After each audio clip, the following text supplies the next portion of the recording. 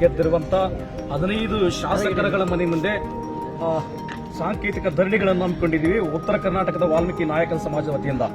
ಕಾರಣ, ಪರಿಶಿಷ್ಟ ಪಂಗಡದ ಸಾಂವಿಧಾನಿಕ ಹಕ್ಕುಗಳ ರಕ್ಷಣೆ ಮಾಡುವಲ್ಲಿ ಸರ್ಕಾರ ವಿಫಲವಾಗಿದೆ.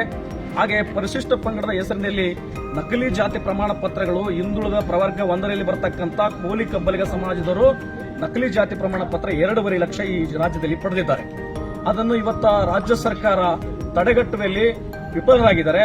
ಹಾಗೆ ಮತ್ತು ನಮ್ಮ ಪರಿಶಿಷ್ಟ ಪಂಗಡ ಮೀಸಲಾತಿಯಲ್ಲಿ ಗೆದ್ದಿರುವಂತಹ 15 ಮಂದಿ ಶಾಸಕರುಗಳು ಶಾಸನ ಸಭೆಯಲ್ಲಿ ಧ್ವನಿ ಎತ್ತಿ ಈ ನಕಲಿ ಜಾತಿ ಪ್ರಮಾಣ ಪತ್ರಗಳ ತಡೆಗಟ್ಟುವಲ್ಲಿ ವಿಫಲರಾಗಿರುವಂತಹ ಒಂದು ಕಾರಣಕ್ಕಾಗಿ ಶಾಸಕರೇ ಶಾಸನ ಸಭೆಯಲ್ಲಿ ಧ್ವನಿ ಎತ್ತಿ ಮಾತಾಡಿ ಅಂತೇಳಿ ಅವರ ಮನೆ ಬಾಗಿಲಿಗೆ ಬಂದು ಇವತ್ತ ಧರಣಿ ಮಾಡೋದ್ರ ಮುಖಾಂತರ ನಮಗೆ ನ್ಯಾಯ ಪಡ್ಲಿಕ್ಕೆ ನಾವು ಬಂದಿದ್ದೀವಿ ಸರ್.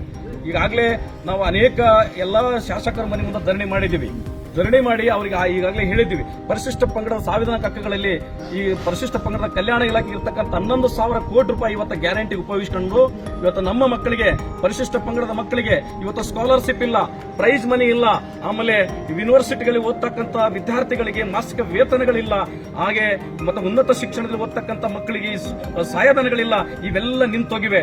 ಹಾಗಾಗಿ ನಮ್ಮ ಪರಿಶಿಷ್ಟ ಪಂಗಡದ ಶಾಸಕರುಗಳು ಇವತ್ತು ವಿಫಲರಾಗ್ಯಾರ. ಆ ವಿಫಲರಾದ ಕಾರಣಕ್ಕಾಗಿ ನಮ್ಮ ಉತ್ತರ ಕರ್ನಾಟಕ ಭಾಗದಲ್ಲಿ ನಕಲಿ ಜಾತಿ ಪ್ರಮಾಣ ಪತ್ರಗಳಿಂದ ವಸತಿ ಶಾಲೆಗಳು ತಪ್ತಾ ಇದ್ದಾವ.